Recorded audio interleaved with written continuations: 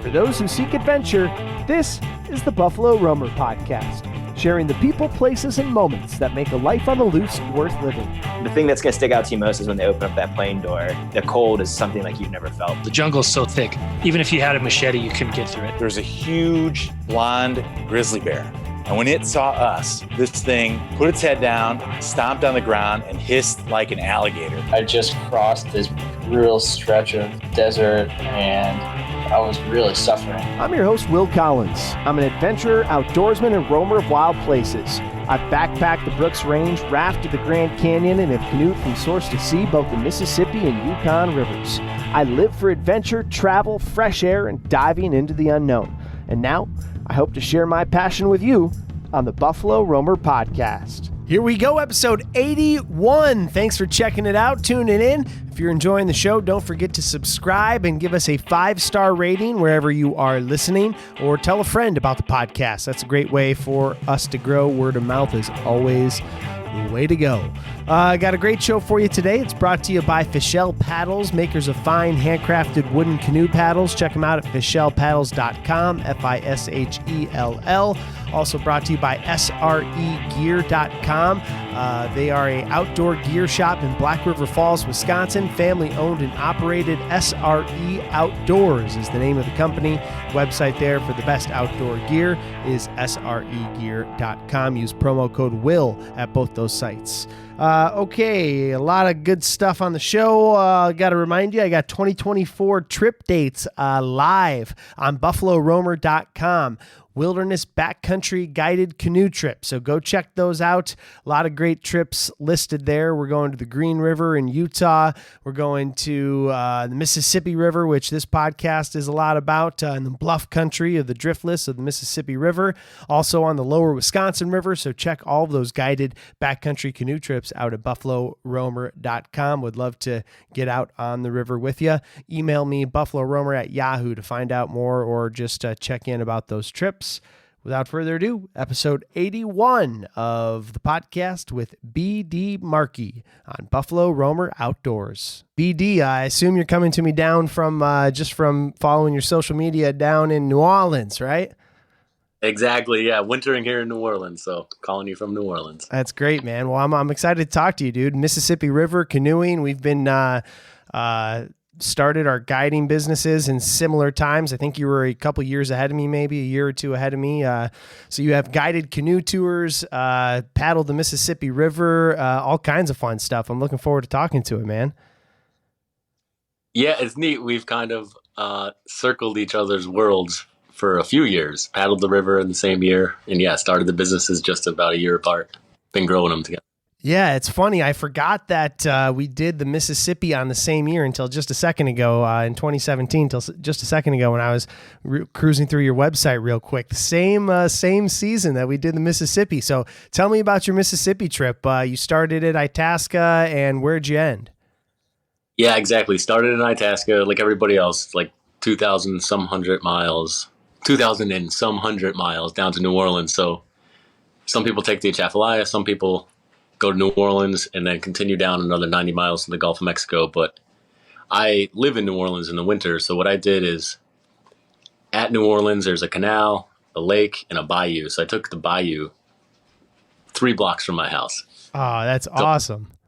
Yes, literally started in Lake Itasca and ended 3 blocks from my house. That's wild, man. And there's so much that I want to get into. I want to hear about your summer stuff and your national park and ranger services as well, but diving right into it, the mighty Mississippi. What was your overall takeaway on that year in 2017? Yeah, people ask that question a lot. It's a great question. I think the thing that I took away the most was just like living moment to moment or day to day and just taking the river exactly as it is. Like, I'm sure you dealt with it too. Just any expectations or any plans you had were out the window. So you just had to take the river as it came and take the weather as it came. You know, I'm sure you had all these different challenges, and it's just like you just do what you got to do for each day. Yeah. And it was like a lesson in humility too. It's just a lesson in being present moment to moment. Absolutely, man. Yeah, 100%. And also, just so you know, your phone microphone, if you're doing anything like with your hands near that table, that phone picks it up a little bit, kind of like tapping. Gotcha. Just to be conscious of it. But it's an amazing trip. Humility for me too. What led you to the Mississippi? How did you decide to take a 3-month trip, and how long did it take you to do it, and what led you to do this behemoth of a journey in a canoe? Yeah, exactly. So it was right about 3 months. I had a pretty big life transition just before and during that Mississippi River trip. So I was I was living just a regular regular life as an urban planner in the state of Louisiana, kind of a professional job, but it wasn't as fulfilling as it had started to become less and less fulfilling. So I quit that job and kind of reverted to what I wanted to do when I was 17 years old and became a whitewater raft guide for the season. And that was just like an amazing, liberating experience. I was like 35 or something at the time and did that.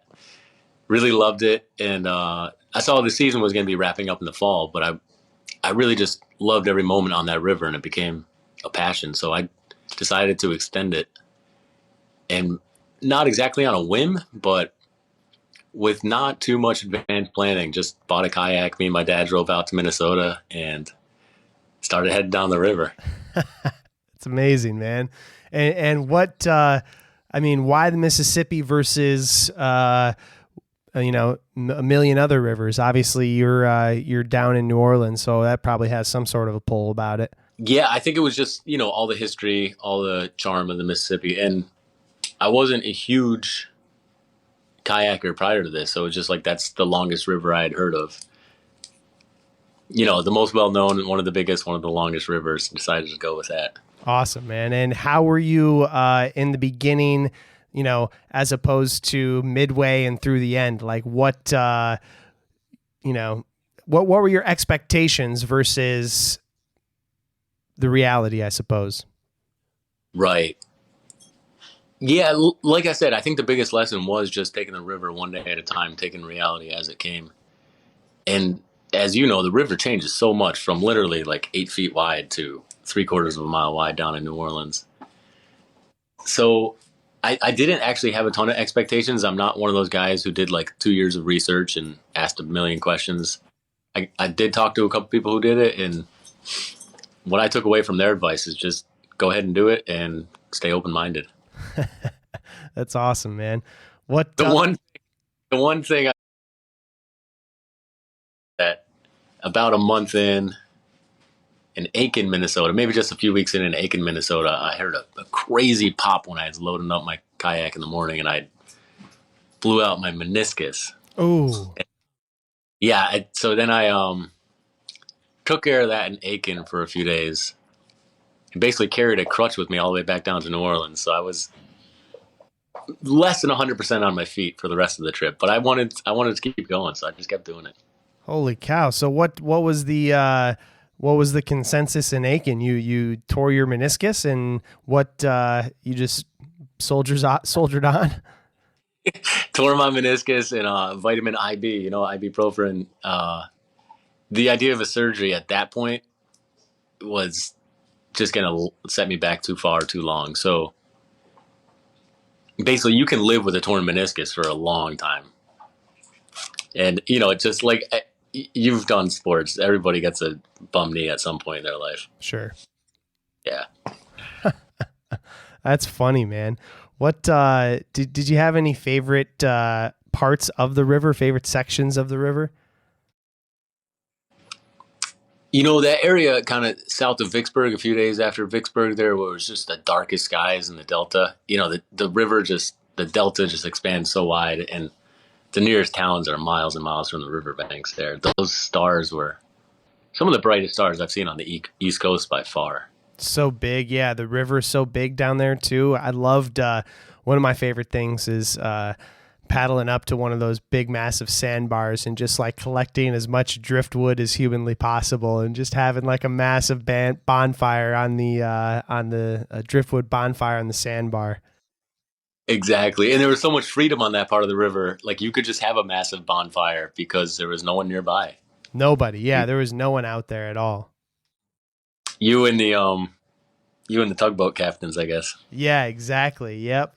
I remember the other thing too. I think probably around that area, maybe it was a little bit higher up, but I remember, I think it was the first time I realized like I was sleeping in my tent, and the tugboat captains have the big spotlight that they use to look at the shore, and I remember it just like shining on my tent and like waking me up in the middle of the night, and I was like, almost a blinding light, like what's going on? And I like popped my head out, and then I see the spotlight just like working the shore, looking for, shoreline. And then it would come to my tent. It would kind of like wiggle a little bit and then move on.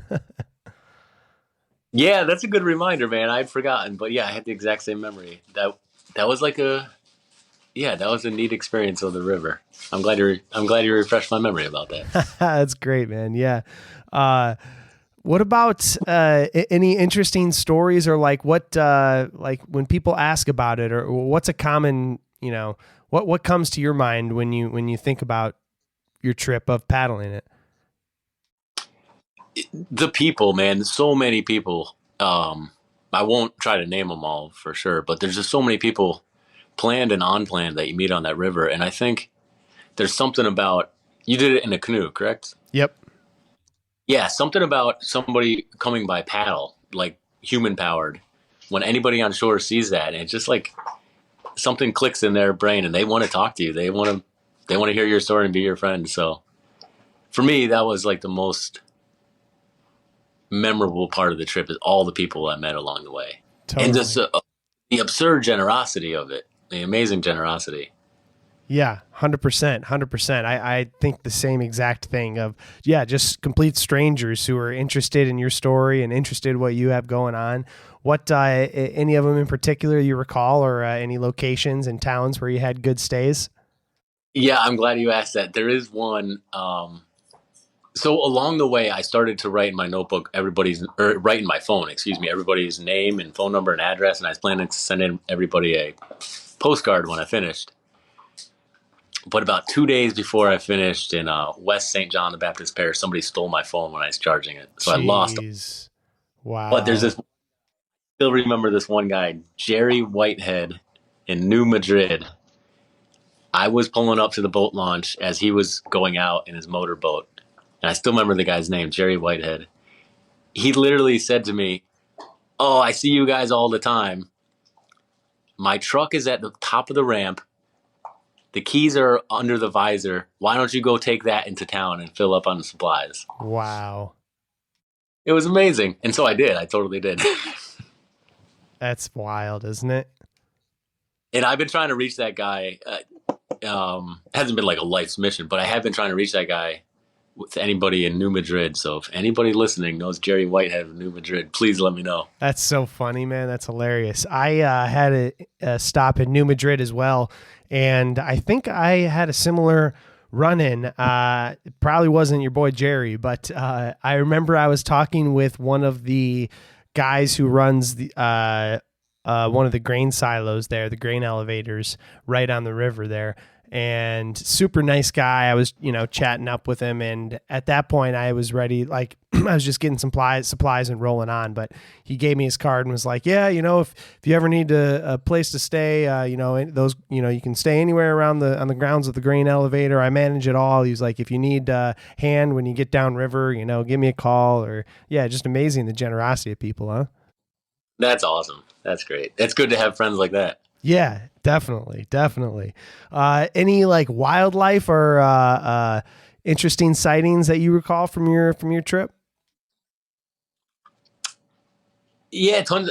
Early on, I've been a city guy my whole life. So early on the trip, I was up in Minnesota, Wisconsin on one side, Minnesota on the other, and I heard a pack of coyotes just like baying at the moon, and I had this like smug sense of satisfaction, like they're on the other side of the river. And it was just like really nice to hear these coyotes at a safe distance baying. And then I'm sitting there and enjoying it. Like 15 seconds later, right behind me, like 50 yards behind me, the coyotes on my side of the river started baying. Start answering. Yeah. And I realized like I'm in it now. I'm really in the thick of nature, which at that point in my life was new to me. That's awesome. I remember I had a similar time too. I believe it was in Iowa. And yeah, it's spooky, man. When you hear all those dogs, it sounds like they're right next door, yipping away. Yep. Yeah, I remember hearing that in my tent, just being like, exactly. It sounds like you could like pop your head out and they're like at the foot of your tent, when in reality, they're probably like, 30, 40, 50 yards or more away. But Right. oh, so funny. Tell me about your ranger stuff. What do you got going on there? Yeah, so I've been lucky. I've been working as a park ranger the last 5 seasons. So generally, spring, summer, and early fall. That's when the park service is the busiest. So that's when I'm a park ranger. Yeah, it's been awesome. I've been able to travel a lot of the country and go to new ecosystems every 6 months, learn a whole new landscape. And yeah, it's been wonderful. What's the blueprint, or how does it work? You change every 6 months. What's your role? Like, give me the kind of the rundown of the gig. Yeah, the park service. Well, so I'm a park ranger, and there's a bunch of different federal agencies. They're called land management agencies. So everybody knows the National Park Service, but there's Forest Service, Bureau of Land Management, Army Corps of Engineers has some land management. Yeah, that might be all of them. That's all the land.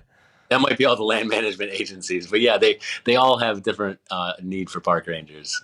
And so what is your specific role, and like what do you do, and how does it work between the traveling between the different parks? What exactly are you doing out there? Right. Yeah. So each park has a different, very specific need for their park rangers. So some parks you're just maybe working at the visitor center, giving directions to people. I've been lucky. Some of my positions have been visitor center or leading interpretive hikes. One year I was actually kind of the guy in the campground. And this last season was amazing. I was on the river a lot, in the Green and the Yampa River out in Colorado, Utah. Man, yeah, that area is beautiful, huh?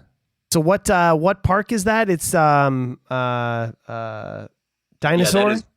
Yeah, Dinosaur National Monument, correct. Nice. And tell me about Dinosaur National Monument, if folks don't know. I know a little bit about it, but what's the allure there? So it's an amazing park.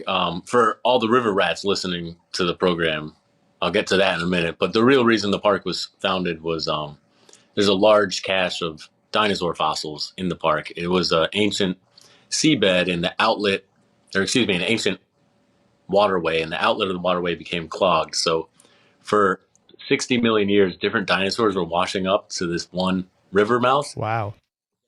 Right there. So there is about a 40-foot excavated wall of dinosaur bones, the largest concentration of dinosaur bones in the world. That's crazy. So yeah, that's amazing. That's what the park was originally founded to protect. But one of the presidents has expanded the park, fortunately, to include the Yampa and the Green River.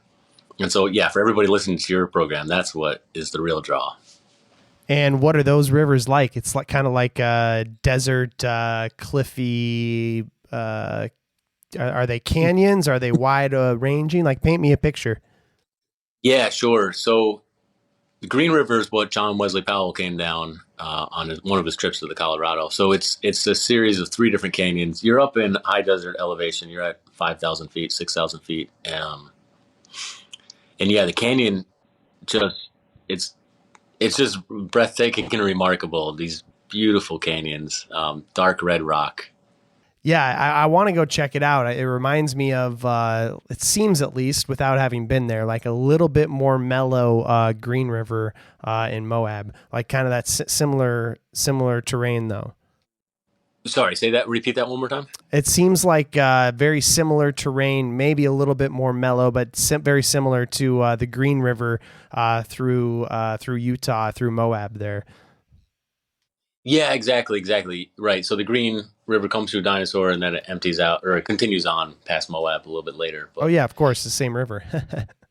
Same river, but yeah, it's beautiful, and I think the biggest draw of rafting the Green and the Yampa aren't necessarily the rapids. They're class 3 and 4. There's a few big ones, but the biggest draw is just the isolation. You're so remote out there.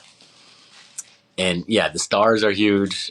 You're isolated. I think the Park Service does a pretty good job of managing permits so that when you're on a trip, you don't see tons and tons of people. You're out there more on your own. That's great. Hey, it's Will here. I want to take a moment to let you know about our show sponsor and partner, Fischel Paddles, makers of fine, handcrafted wooden canoe paddles. I spent a lot of time paddling rivers and lakes, and Fischel paddles are the best canoe paddles that I've come across. I use the Ray Special model myself, and I outfit all the guided trips that I run with Fischel paddles too, because I think they're the best. Each paddle is handmade by Greg Fischel at his shop in Flagstaff, Arizona, from a single piece of wood. What I love most is the shape and feel of the paddle. Other than being beautiful and efficient, it puts less strain on your shoulders and arms than a typical paddle would, while actually giving you more control and finesse with each stroke. Plus, the shape of the blade just feels right cutting through the water.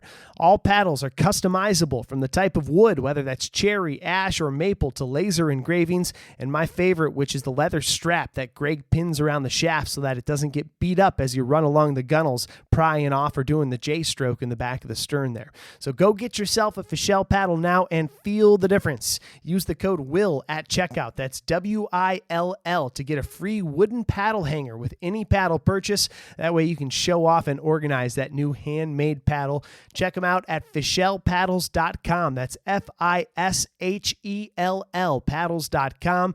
Fischel Paddles, handcrafted wooden canoe paddles. Hey, it's Will here. Want to take a moment to let you know about today's sponsor, SREgear.com. SRE Gear is a family-owned and operated outdoor gear shop in Black River Falls, Wisconsin, and they have everything you need for your next adventure. Whether you're camping, backpacking, hiking, paddling, or just getting out there and exploring, SREgear.com has the gear you need to get you to those places you love. I recently picked up a new Garmin InReach from SRE. I needed a new communication device for the guided canoe trips I've been leading, and after talking through a few options with the owner, Nick, there, he helped me sort out what I needed and get squared away. And that's one of the things that sets SREgear.com apart is the unbeatable customer service. Call or email with any questions, and you'll talk with the owner, Nick, or someone there close to him. So before you go and buy any outdoor equipment from a big box store, be sure to check out family-owned and operated SREgear.com, and be sure to use the discount code WILL at checkout for 10% off your first purchase. That's discount code WILL at checkout for 10% off. SREgear.com. Great gear, great prices, unbeatable customer service. What have been like your top maybe 3 or so parks that you've been to over these 5 years? Oh man, they've all been great because you're out there in nature learning a new ecosystem, and then just like helping the public enjoy it as well. So yeah, just like the Mississippi River was excellent. Every day was excellent. Like every park I've been to has been amazing. Nice. And I'm not just saying that in case my old boss is listening. Like they all have something. They all have something special about them. What are some of the ones you've been to? A Dinosaur. What are some of the other ones you've worked at? Last season with the National Park Service at Dinosaur National Monument. Prior to that, the Willamette River Valley in Oregon with Bureau of Land Management. Prior to that, the West River Valley with Army Corps of Engineers. And my first gig was with National Park Service at Bighorn Canyon, which is another gorgeous and historic river canyon. Nice. Where's that? It's on the border of Wyoming, Montana. The Bighorn River flows north to the Yellowstone River, which then flows east to the Missouri River. Okay, awesome. And a lot of history, fur trappers coming through, and then Lewis and Clark came through that area. I actually camped at the confluence. What are some of your favorite rivers outside of that? I'm curious what the rivers are around Louisiana, around New Orleans, and in the South. I know you have your guided canoe tours where you take folks out on trips. What is kind of like the ecosystem and the rivers like around there that you like getting out to? Yeah, so the rivers down here are, I think, just amazing and like totally overlooked. When people think of like big river trips in the United States, they think of the Mississippi River that you did. You think of Boundary Waters, maybe. and giant whitewater rivers out west. But here in the deep south, we have some forgotten rivers. These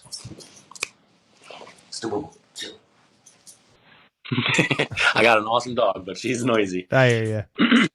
Yeah, no. So the rivers out down here in the south are amazing because a lot of them are really shallow, so they don't get a lot of motorboat traffic. A lot of them are in dense, deep forests. There's Mississippi has a huge timber industry, so a lot of the rivers are owned by timber management companies, which means they're de facto protected, as well as running through national forests. So we'll be on these river trips out in southeast Mississippi, and you'll go 4 days and go under one bridge. You'll go 4 days and not see a single human being. Wow. It is not specifically protected land like we have out west, but it's a really good way to get deep surrounded in nature. And I'm imagining like cypress trees and like kind of swampy bayou type stuff. So yeah, farther down, like any river, they all start a little bit faster. But as you get closer and closer to the mouth with the Gulf Coast, yeah, you'll see more cypress. The water slows down a little bit.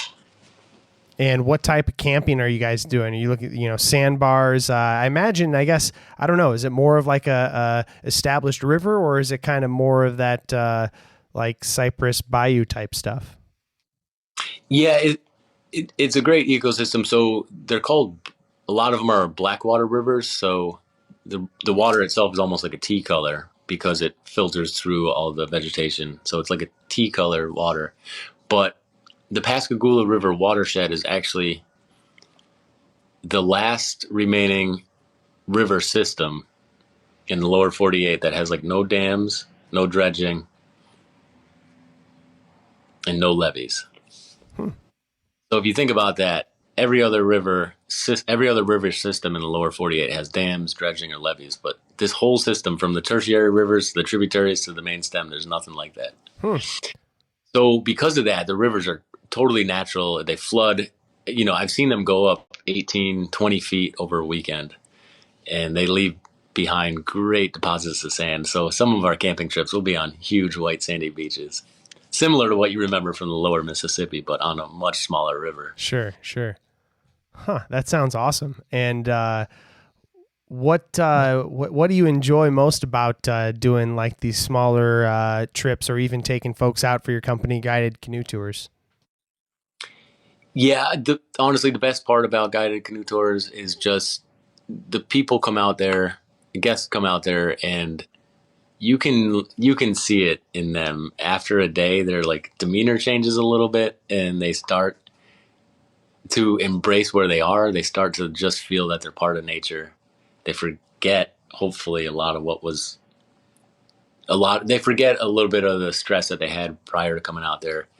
And the friendships that are made are amazing. People will kind of open up when they're surrounded by nature. They open up, they become more truthful with themselves and more open and honest with other people.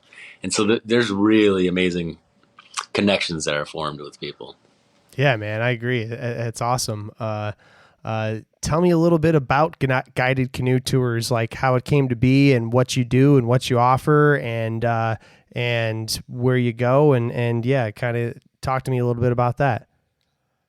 Yeah, sure. So we talked about the Pascagoula watershed. It's the last watershed in the lower 48 that's no dams, no dredging, no levees. And so I've been going out there for years, since after the Mississippi River, or actually since before the Mississippi River trip, I've been going out there.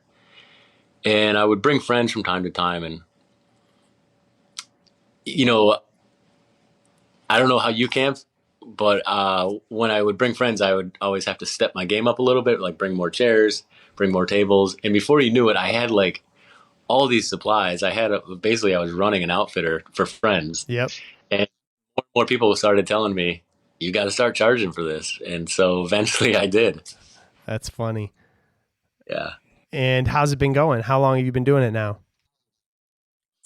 Yeah, so this is actually 2 full years. I break it up into autumn season and spring season. We take a little break in the winter when it's a little too cold or the weather's unpredictable.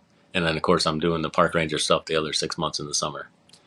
So 2nd year, 4 seasons, and it's been good. And yeah, it's been cool to watch yours progress as well. watch your business just grow and take off. And some of those rivers that you're doing are amazing. Yeah, man, it's been fun. It's been, it's been a blast, and it's nice to be able to, like you said, take people out who have the want, but are missing like the know-how or like the one spark, like they all want to get out there and experience this amazing place, but maybe a little hesitant about how to do it themselves or don't have the equipment or whatever. So yeah, to be able to facilitate that, it's been a blast for me. That's great. Yeah, that's it. We have the skill and we have the equipment, so it's just a matter of like sharing it with people who want to learn the skills, and then they can get their equipment on their own later. Totally. Or want to do this one trip with you and me and make that a memory of a lifetime. That's what they can do too. Do you have any trips kicking around in the head, or a next stop for a park ranger or anything like that? Like what's coming up next? Anything exciting you here in the future? Oh man, a friend applied for the lottery under the old lottery system for the Grand, and she got the permit a few months ago. Nice. Yeah, and this was under the old waitlist system, so they've now transferred from waitlist to a lottery, but she finally got one after like 18 years of waiting. Wow. I've been looking forward to that trip for a long time. Unfortunately, we found out she just had to drop just the other day. Man, come on. I know, just yesterday, so I'm still kind of processing that news, but was really bummer. So. But I'll get on the Grand soon, I'm sure. That's awesome, man. That's awesome. How were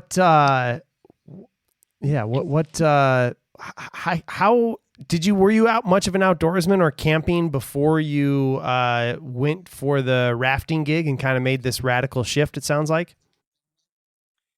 Yeah, I was comfortable with the outdoors, but really not an outdoorsman. Like, would go to state parks and maybe national forests to go camping, but nothing compared to where I am now. It was kind of just something I was comfortable with, but yeah, kind of just comfortable with it like anybody would be. And then over time, I just gained more and more experience. And looking back now, did that jump from leaving the gig and going to whitewater rafting, was that a catalyst for other things in your life? Oh, absolutely. Yeah, that was like the turning point. Yeah, that changed my whole life, honestly. Becoming that whitewater raft guide that one season just opened up an idea for me that I actually could just live my life outdoors. I could live my life and help other people experience the outdoors as well. Because all you are as a whitewater raft guide is kind of just helping people explore nature the same way we do it with our tours. And so now, instead of just doing it for 5 and 6 hours at a time as a whitewater raft guide, I get to do it for 5 and 6 months at a time as a park ranger. That's awesome, man. So that whitewater raft guide really propelled me to do the Mississippi River, become a park ranger, to open guidedcanoetours.com. All that stuff has been a big shift in my life and a huge improvement in my life. And where did you tell me where your next stop is for your ranger? Yeah, so there's a few things happening this year. Some good news. We're engaged and we're getting married. Awesome. And then, congratulations. Yeah, thank you. Complicating factors because of parents and age and health concerns. We actually have to do 2 weddings, one in Florida and one in Massachusetts. And then up until yesterday, I thought we were doing the Grand for a couple weeks. And so the idea of trying to get hired for a 6-month position and telling them I needed actually six weeks off and 3 separate vacations wasn't going to happen. But yeah, my summer is kind of looking different this year. I think I'll be up with family, kind of taking care of my parents who are aging. So I'll be up there this summer a lot. Sure. Nice, man. I understand. Well, hey, BD, I'm going to wind her down here, but what else didn't we talk about? I know you also do the tours in New Orleans, the weekly kayaking, right? Yeah, we should talk about that. Kayakity. Yeah, they were just featured in New York Times. I'm not sure if you're familiar with the column 36 Hours in. So they do a new city every week, but 36 Hours in New Orleans, and they featured Kayakity Yet. Oh, that's awesome. They're great. Yeah, it's a great company. Just do 2-hour tours on Bayou St. John, which is a historic waterway right in New Orleans. So a lot of people come down to New Orleans, think they're going to be in the swamp, be in the bayou. But those are actually a good hour outside the city. So this is where you can actually kayak in the heart of the city. That's awesome. What river are you on? So that is on Bayou St. John. It's a historic waterway that really cuts right through the center of the city. Sweet. That sounds like a blast. And Yeah. where can people find out more about that? So that is kayakityyat.com. Kayakityyat, YAT.com. I have no idea how to spell that. Kayakity Yat. Yeah, so think of Kayakity Yak, don't talk back, but it's Kayakity Yak, YAT.com. Okay, awesome, man. A yat is a New Orleans colloquial term meaning New Orleans native, so Kayakity Yat. Okay, interesting. Now that makes sense. I can't say I've ever heard that term. That's funny. Okay, and how about guidedcanoetours.com? What do you got coming up with them, and what should folks know about? Yeah, I think the let's see. Yeah, the thing about guidedcanoetours.com is we do 4 days, 3 nights, all inclusive, fully submersive experiences. Fully submersive experiences in nature. Everything's included, so transportation, all the equipment, all the paddling, all the food. I really take pride in providing good meals on those trips. Awesome. And so I'll be announcing the spring. Yeah, I'll be announcing the autumn 2023 tours probably in a couple months. So I'll probably end up doing 5 or 6 tours in October, November, December. And those are all 4-day, 3-night trips. Okay, man. Sounds great. I'd love to come down and join you on one sometime. Oh, dude, that would be great. What would we call you? Like a guest lecturer or something going down on the trip. There you go. Exactly. Okay. Hey, BD, man, great to connect. It's nice to unofficially meet you through the screen here. And take care, man. Anything else you want to leave us with? No, it's been a pleasure talking with you. It's been great. Nice to see you. Yeah. Congratulations on the business. Congratulations on Canoeicopia, talking to them last week. And you were just on a YouTube channel recently, right? Yeah, you got it. Yeah. What was that? That's Canoe Hound. Yeah, that's on YouTube. It's called Canoe Hound, and that was a fun one. Yeah, if you can believe it, this week you're my third. I did Canoe Hound on Tuesday. What's today? Thursday. I did Canoe Hound on Tuesday. I did another interview last night, and then talking with BD Markey now. Wow, man, Will, that's awesome. Well, congratulations on everything. It's cool to see all your business and all your personal life succeed like that. Hey, man, I appreciate it. And I've enjoyed following guidedcanoetours.com. Kind of helped me get the, have the wherewithal to step out and see that, hey, there's someone else doing this. Maybe it could work. So, it's been fun following you, and then keep on keeping on, man. Awesome, man. We'll support each other. Absolutely. All right, take care. And there you have it. That is episode 81 with BD Markey. Find out more about BD at guidedcanoetours.com. That's the website he runs and offers trips on the river around the New Orleans area. 2024 Buffalo Roamer trips are officially live. I got all the dates listed at buffaloroamer.com, so check those out and join us on a river trip, a guided canoe adventure. We'd love to see you and love to paddle with you and have some time on the water. Enjoy yourself. If nothing else, get some fresh air sometime soon, and see you downriver.